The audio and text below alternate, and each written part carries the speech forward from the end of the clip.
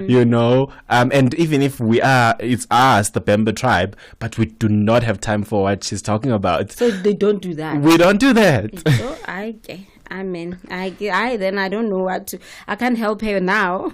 and let me ask you, and what's your take on just how Americans sort of perceive us as Africans, or just, and maybe not getting their facts correct, not necessarily Taraji. I will give Taraji grace. I think she's a wonderful person, but generally how Americans perceive us as Africans. I think it's their ego. They feel they're still superior because of, the American ideology, what they see themselves as a supreme nation.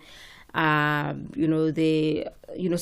with that, they think, why should I take time to know about Africa? Africa is just Africa. Because honestly, it's a recurring thing.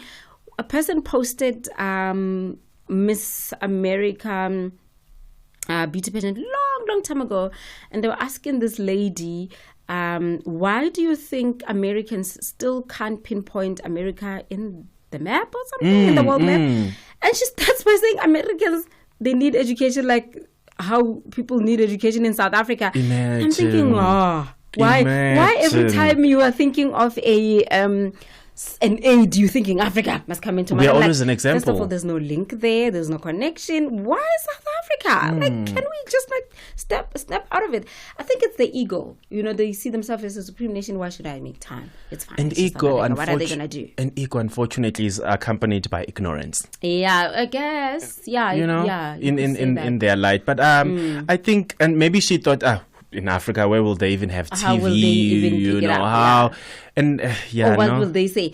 She doesn't know how to the internet. We will drag you. Yes. We will drag you for days non-stop. Wire. It's not gonna end. They will drag. But the only thing I think the reason why I'm giving her grace, I think it's the reasoning. I think she came really from a good place. Yeah, she did well. Yeah. But sometimes there's a saying that says a way to hell is paved with good intentions. So you need to be careful even if you've got intentions. Okay, I've never heard of that, but I'll use it from now on. So also with the US president showing South African president the drone footage of that which he says is the grave site, and that. All of us are like, where is that? How come we've never ever seen that?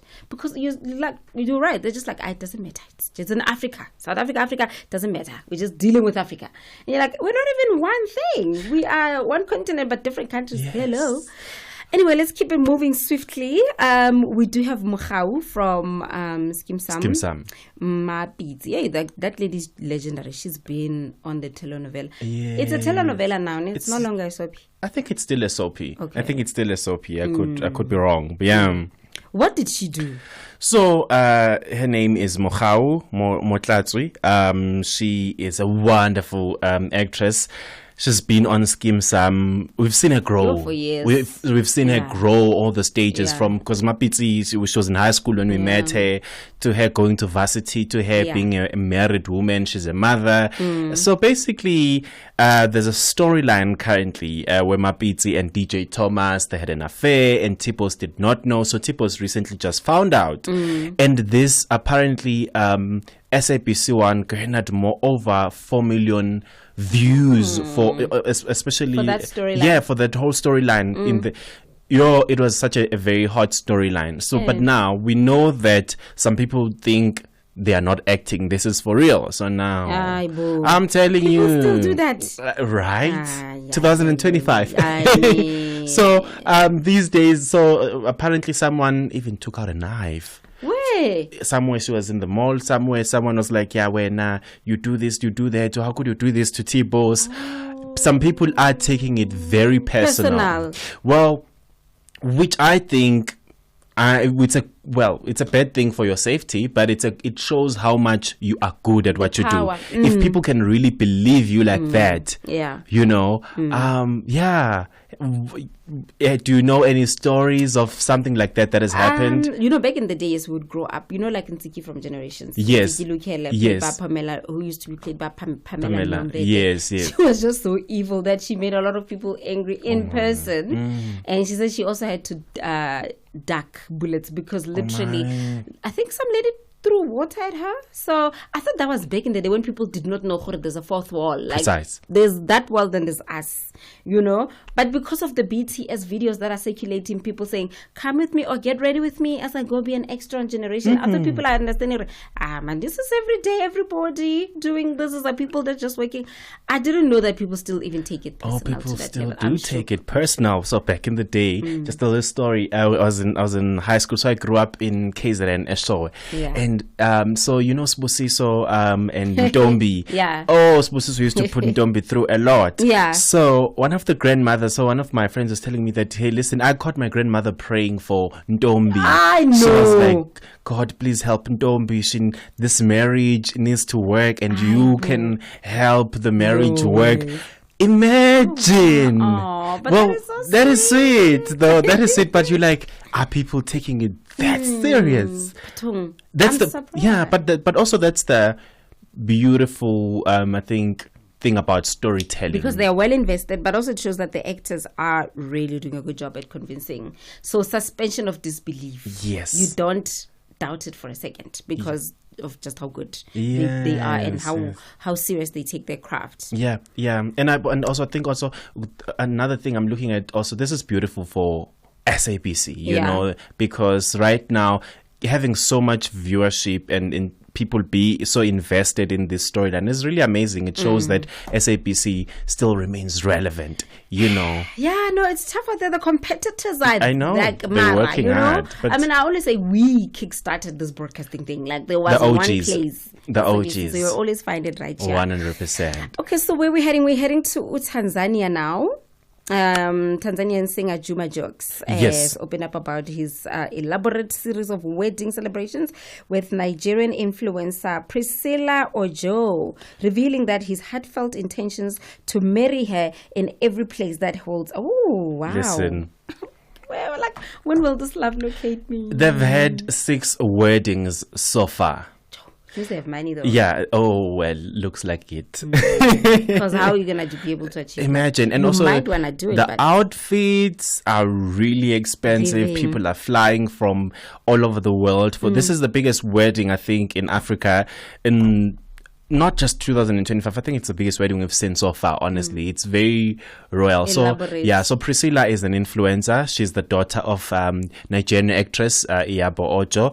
I've seen Priscilla grow up. I'm surprised now that she's literally getting married. And then Juma is a well-celebrated artist in Tanzania.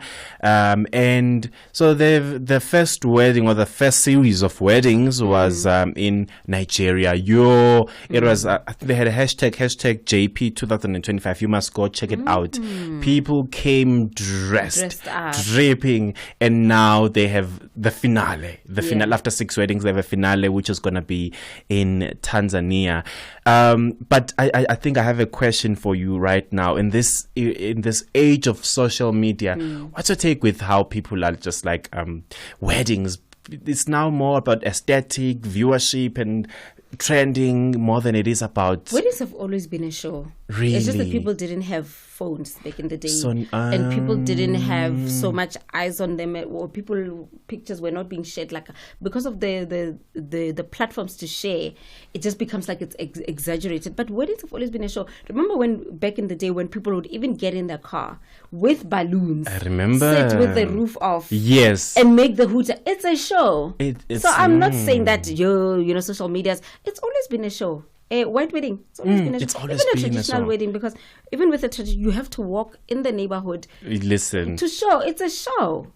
Unless the only thing that's not a show is when you go and you just sign at the magistrate's office. Then you don't want a show. But all kinds of marriages are a show. Weddings. But then does it not put pressure on you? For example, this wedding, I mean, over, I don't know, maybe 50 million people are tuning in, and then imagine now that, let's say, God forbid, something is happening in your marriage, you're not happy, you're even scared to say I'm not happy, because people are like, but after spending so much money. Yeah, it does put pressure on the both of them. But then what are they doing if they don't know what they're doing? Don't do what you don't know. That's what I think. You're right. Yeah. Okay, we're going to get into the AKA case. I just want us to go to a song. No problem. We're going to get into the AKA case, which is the last item on the agenda. I'm going to check out that hashtag as well. Mbui is in the studio, y'all. He is joining me to chop it up in terms of art and entertainment news. This is the last and final stretch of Out and About this morning. Are you listening? Are you streaming? Are you following? Are you sharing? Are you tagging? Are you DMing? Because if not, it's about time that you did that. Out and About comes to you every Saturday, 9 till 12 noon, Central African Time.